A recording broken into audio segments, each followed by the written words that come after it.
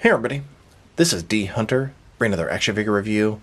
Today, we're going to be looking at the McFarlane DC Multiverse Rebirth Superman, and this is the Gold Label Sketch Edition.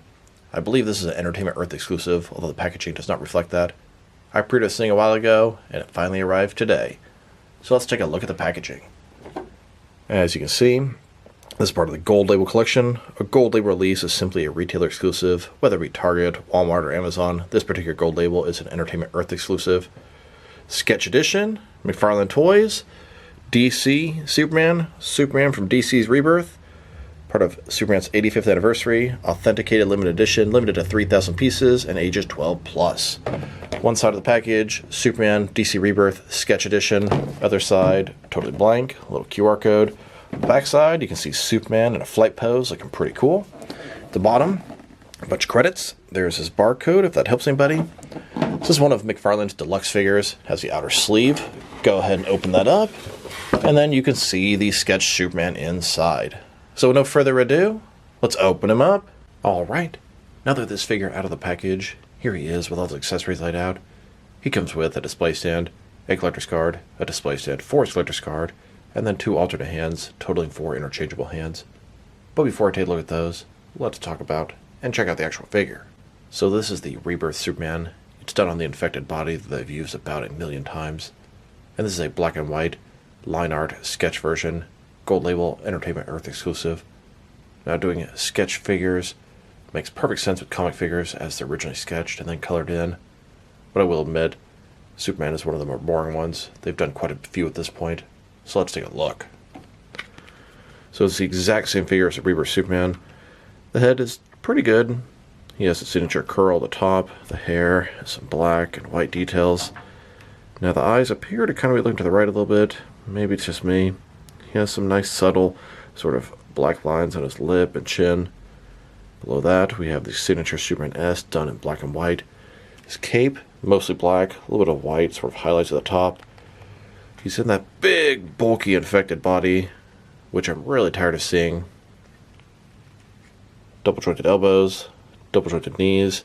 You can see the black lines around the boots. Looks kind of good. A little bit of black lines around his sort of abs and different muscles. Overall, it's good sculpt. Kind of boring figure, but happy to have him to my sketch collection. And a closer look at his face and head sculpt. It's a pretty good traditional-looking modern Superman.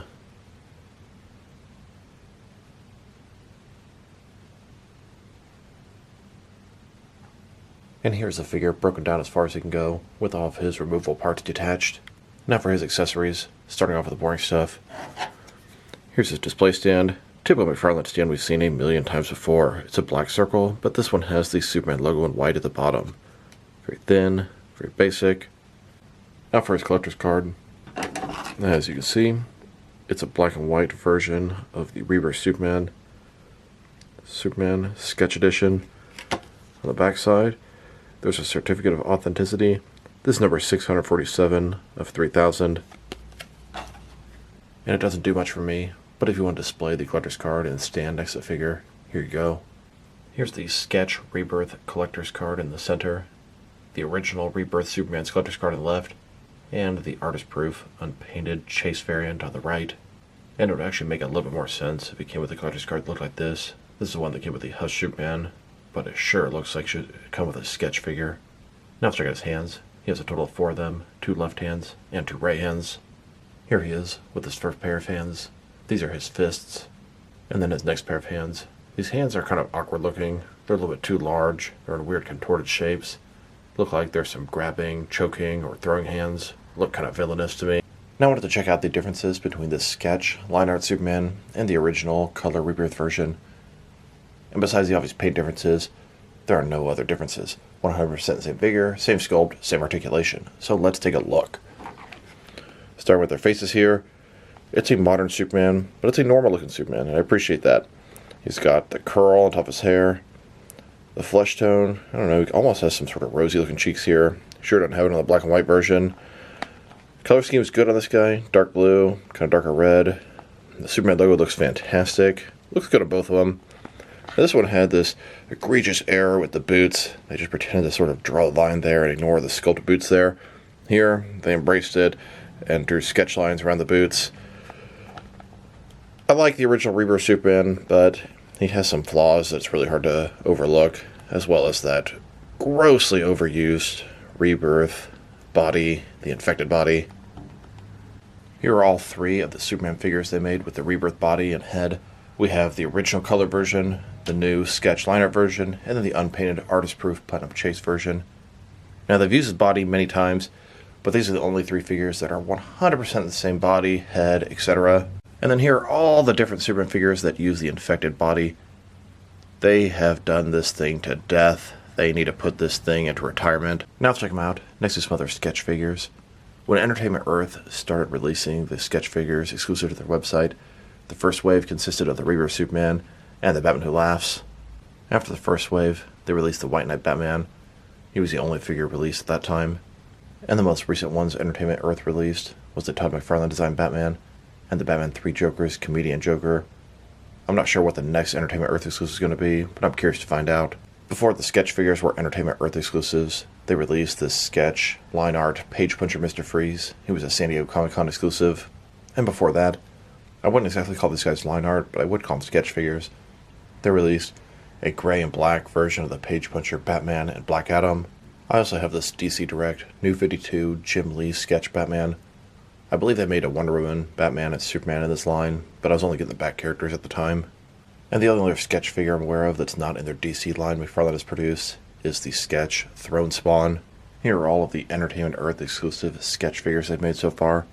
Add in Mr. Freeze, and here are all of the DC line art sketch figures they've made.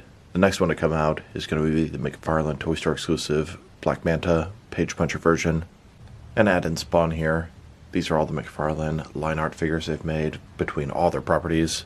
And then add in these last few, and these are all the sketch figures I have in my entire collection. Now that we've taken a pretty good look at both the figure and his accessories, now for his height. From bottom to the top of his head, standing at about 7.2 inches tall, which can translate to just over 18 centimeters. And now for his articulation. Start with his head. Of course, it can rotate from side to side. He can look up and down about that far. He can tilt his head from one side to the other. Shoulders on a ball joint goes out a little bit more than 90 degrees.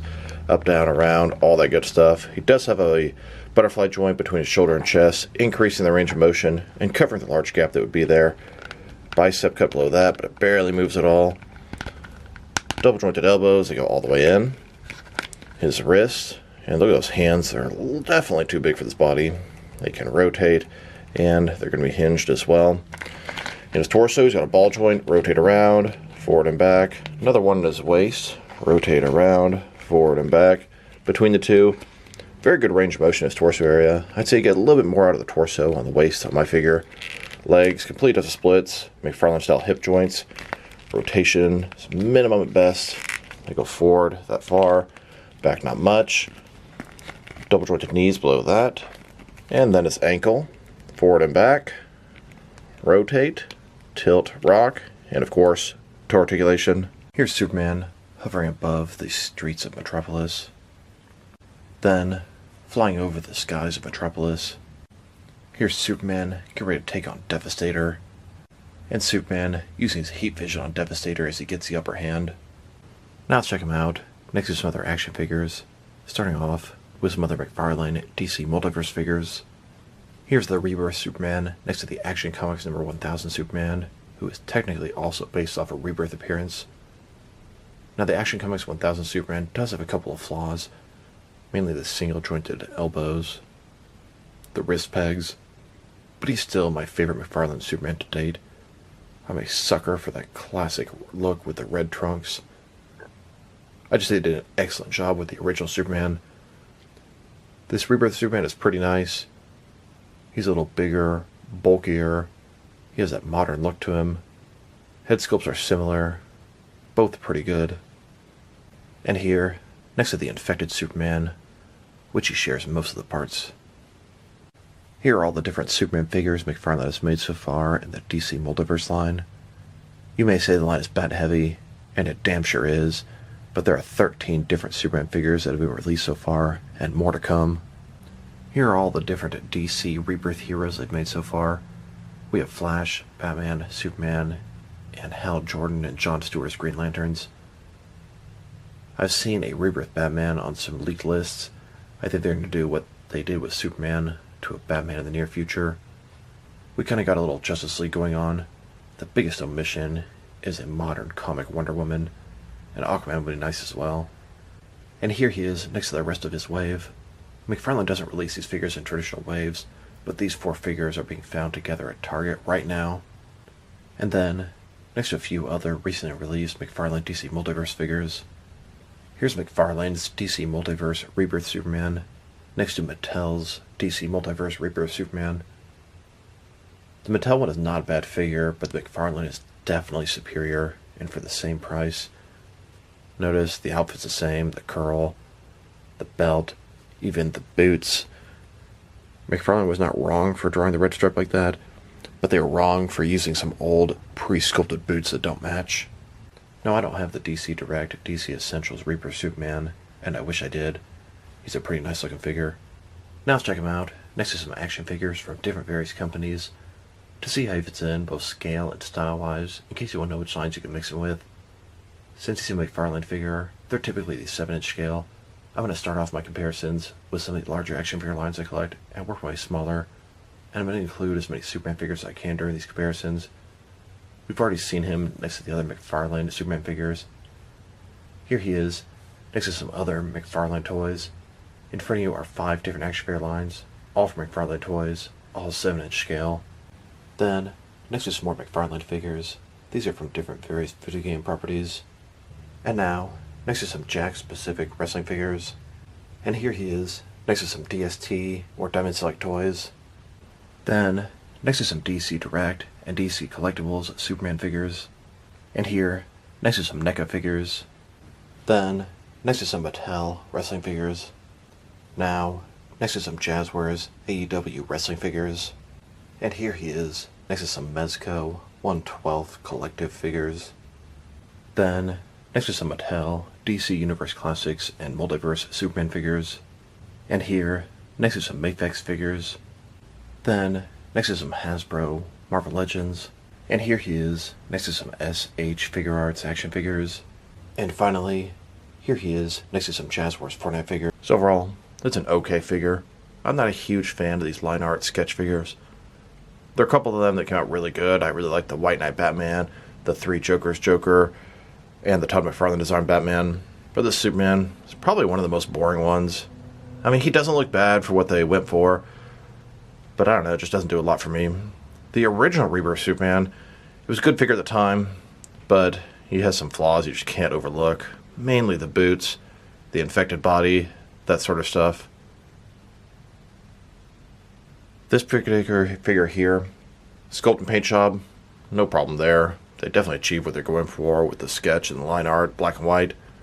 Accessories, the stands don't do much for me. The extra hands, actually I think those hands look really bad. I don't like them at all. Sculpt and paint job, good. Articulation, pretty good as well. If I were to rate this guy, probably give him a 5 out of 10.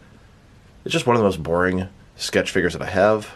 It doesn't do much for me. It's a paint variant, and I do like the paint variants, but I'm never going to use this guy interacting with other figures or fighting Doomsday, etc. It's just sort of a display piece. Now, I am a sucker for the paint variants, but honestly, if McFarlane stopped doing the line art figures, the blacklight figures, the glow-in-the-dark figures, the patina variants, the Joker Eyes figures, the black and white accent figures, I wouldn't shed a tear at all. So this is D Hunter. Thank you guys for watching this video. If you liked the video, press like below. If you have anything you want to say with the video, add to the comment section. If you want to see additional action figure reviews from me, press subscribe. I do appreciate when you do that. Once again, this is D Hunter. Thank you guys for watching this video, and I will talk to you guys real soon.